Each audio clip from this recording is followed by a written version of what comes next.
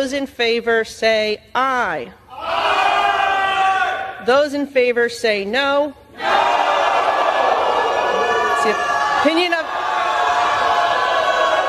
It's the opinion of the chair that the ayes have it and the resolution is agreed to, and without objection, the motion to reconsider is laid on the table. Is anyone surprised that I am being targeted? Is anyone surprised that I am somehow deemed unworthy to speak about American foreign policy? Or that they see me as a powerful voice that needs to be silenced? Frankly, it is expected, because when you push power, power pushes back.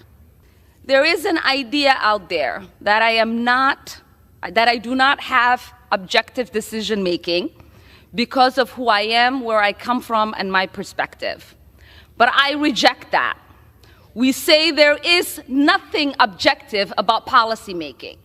We all inject our perspective, our point of views, our lived experiences, and the voices of our constituents.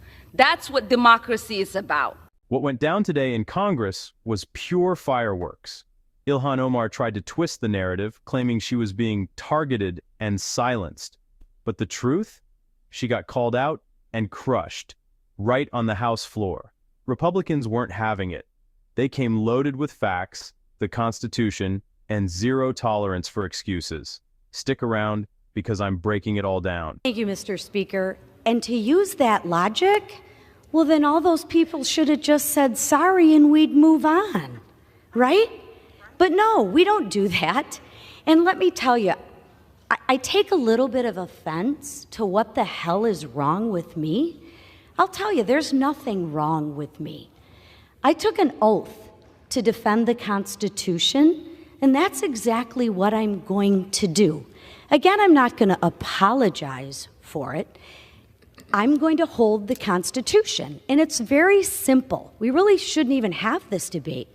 If you break the law and you follow due process, there are consequences to your actions, even if you say sorry. So we can try all of the diversion tactics that we would like. It doesn't change the fact that someone broke the law and that someone should be held accountable. It is disappointing, Mr. Speaker, that their own party can't hold them accountable, that they have such hypocrisy. So with that, I yield. And before we start, make sure to hit that subscribe button and turn on notifications so you never miss the truth that the mainstream media refuses to show you. There she was again, Ilhan Omar, standing at the podium playing the same tired card. She said she was being unfairly targeted, that people wanted to silence her voice. But let's be real. This wasn't about silencing anyone. This was about holding her accountable for her words and actions. Omar's entire speech was designed to distract, to shift focus away from her record and make herself the victim. But Americans have had enough of that act.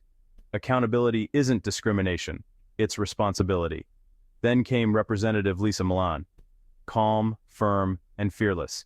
She didn't mince words. She said, "I took an oath to defend the Constitution, and I'm not apologizing for it." That line hit like a thunderclap. Milan made it clear, breaking the law has consequences, and no amount of identity politics can erase that. The room shifted. You could feel it. Omar wanted sympathy, but what she got instead was a lesson in courage and accountability.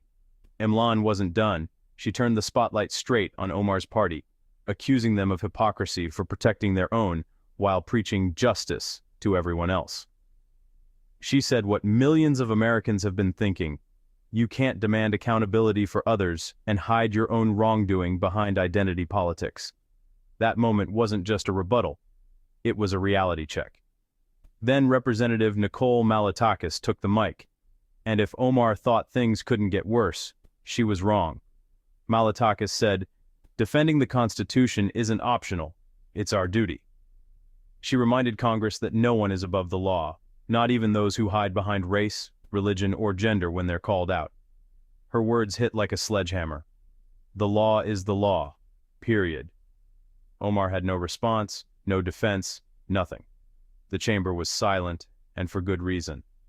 By the end, Omar's "I'm the victim" story fell flat on its face. Milan and Malliotakis tore it apart piece by piece, exposing the manipulation and the hypocrisy behind her words. This wasn't about silencing anyone. It was about defending the truth, the Constitution, and the integrity of Congress.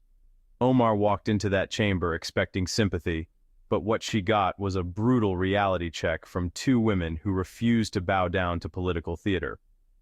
Omar tried to make this about herself, but it backfired spectacularly. She wanted to play the victim. Instead, she got exposed as part of the problem. What happened on that floor was a reminder that America is still full of leaders who won't back down when truth is on the line.